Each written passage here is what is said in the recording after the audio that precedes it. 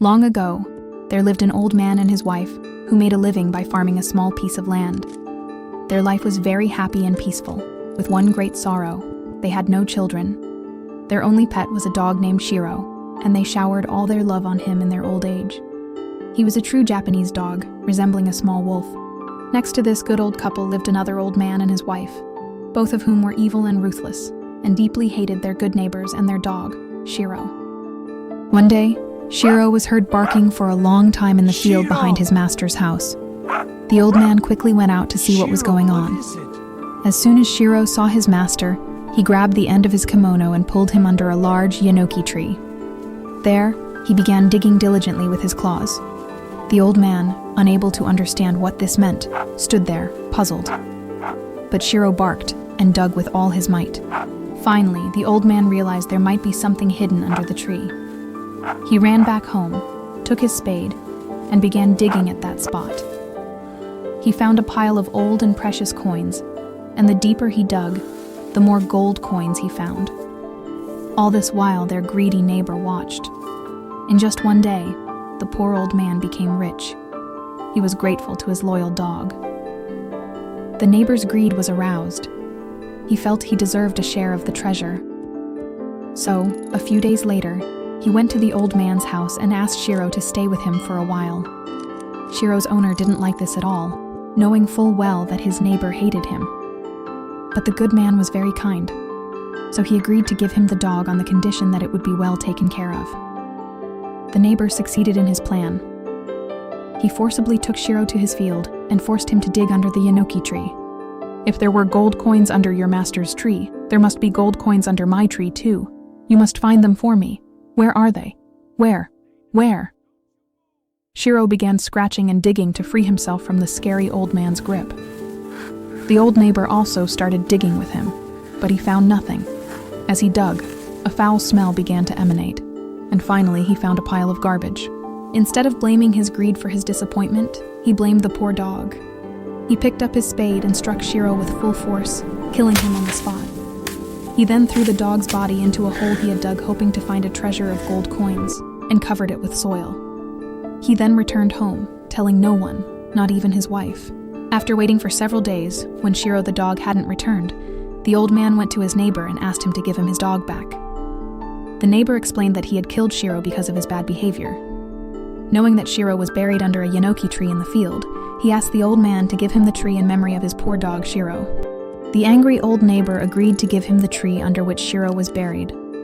Then Shiro's owner cut down the tree and brought it home. In memory of Shiro, he made a mortar and pestle from the trunk. A strange thing happened. His wife put the rice into the mortar, and as she began grinding it into cakes, they gradually grew, and the cakes began to emerge from the mortar as if from an unseen hand. When the old man and his wife saw this, they understood that this was a reward from Shiro for his true love for them.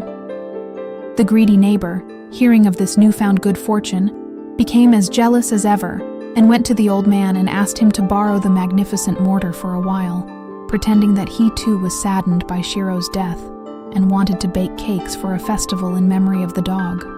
The old man was absolutely unwilling to lend his mortar to his ruthless neighbor, but he was so kind that he could not refuse.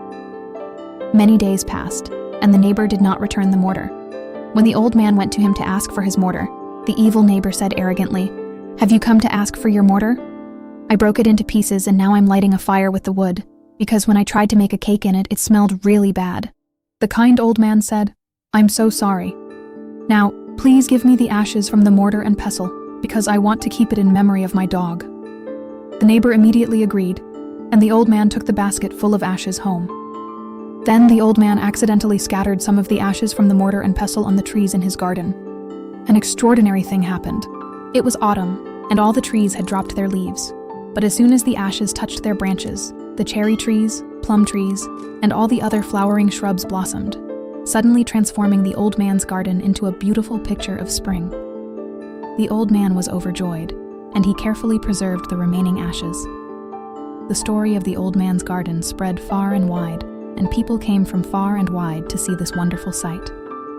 Soon after this, one day a knight came to the old man's house. A knock came. The knight told him that he was a servant of a wealthy daimyo, that one of the rich man's favorite cherry trees in his garden had died. The daimyo needed his help to bring the dead tree back to life. The old man agreed and went with the knight. The daimyo said, "You must revive that dead cherry tree in my garden with your famous ashes. I will take care of it." The old man climbed the dead cherry tree. He began applying ashes to each branch in turn. The withered tree immediately blossomed. The daimyo stood up, spread his fan, and called the old man down from the tree. He rewarded him with a great deal of gold, silver, and other precious things. The daimyo ordered that from now on the old man should call himself Hana-Saka-Jijii, or the old man who makes the trees blossom, and that everyone should recognize him by that name. He sent him home with great honor. The evil neighbor, jealous as before, stole the old man's ashes, and, eager for a reward, went to the daimyo, claiming he too could breathe life into dead trees. He said, "I am the real Hana-Saka-Jijii. The one who came to you before was my disciple." The daimyo said, "Then you must be more capable than the other. Show me what you can do." The burned neighbor, accompanied by the daimyo and his court, returned to the garden and, going to a dead tree, took a handful of ashes he had brought with him and scattered them on the tree. But the tree did not blossom. Not a single bud bloomed. After trying several times, the ashes landed in the daimyo's eyes. This enraged him, and he ordered his servants to immediately arrest the false Hana-Saka-Jijii and imprison him as a fraud. The evil old man never escaped this imprisonment. In this way, he finally received punishment for all his evil deeds. But thanks to the treasure of gold and copper that Shiro had found for him, and all the gold and silver that the daimyo had showered on him, the good old man became a wealthy and happy man in his old age, and he lived a long and happy life, loved and respected by all. And if you've come this far, please like the video and subscribe to the channel. I'd love to. See you in the next video. Bye-bye.